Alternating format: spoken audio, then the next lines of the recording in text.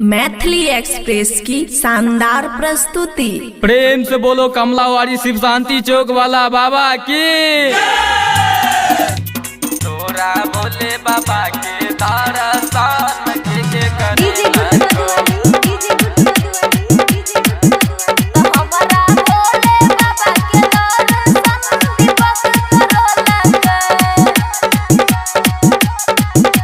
खुशी recording studio बलुआहा। के दिला को लोटा की तोरा के दिला को बेला पातार के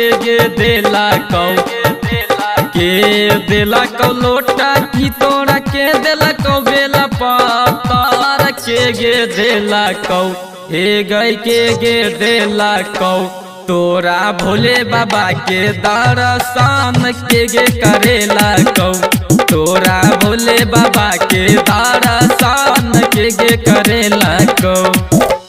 लक्ष्मी दिल कई लोटा की बिपिन बेल पातर दीपक करोला के। लक्ष्मी दिल कई लोटा की बिपिन बेल पातर दीपक करोला के। हेरे दीपक करोला के तो हमरा भोले बाबा के दर्शन दीपक करोला के तो हमरा भोले बाबा के दर्शन दीपक करोला के।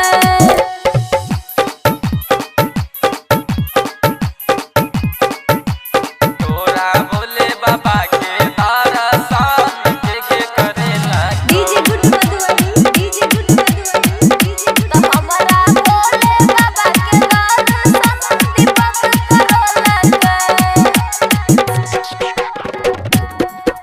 दीपक करोला के तोरा भोले बाबा के दर्शन के करेला को।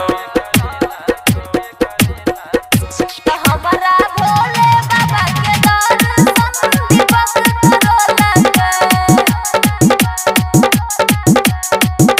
दीपक करोला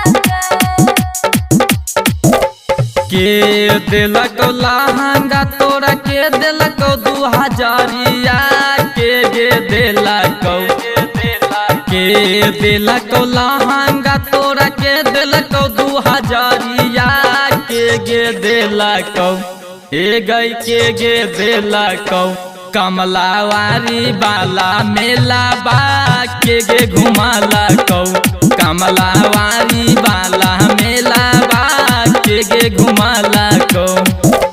लक्ष्मी दिल कैला दीपक 2000 भगवत घूमेला के।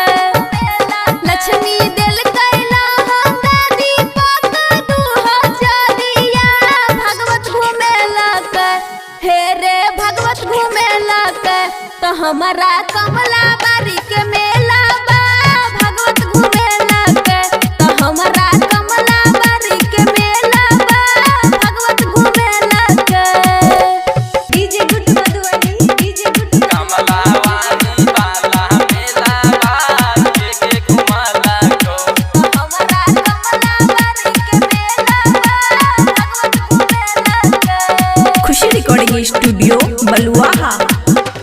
के दिलक तो कामर तोरा के दिलक सारिया के दिलक के दिलक तो कामर तोरा के दिलक सारिया के दिलक हे गई के दिलक त तोरा कुशेश्वर के मेला बा के घुमेला को त तोरा सपहा घाट के मेला बा के घुमेला को।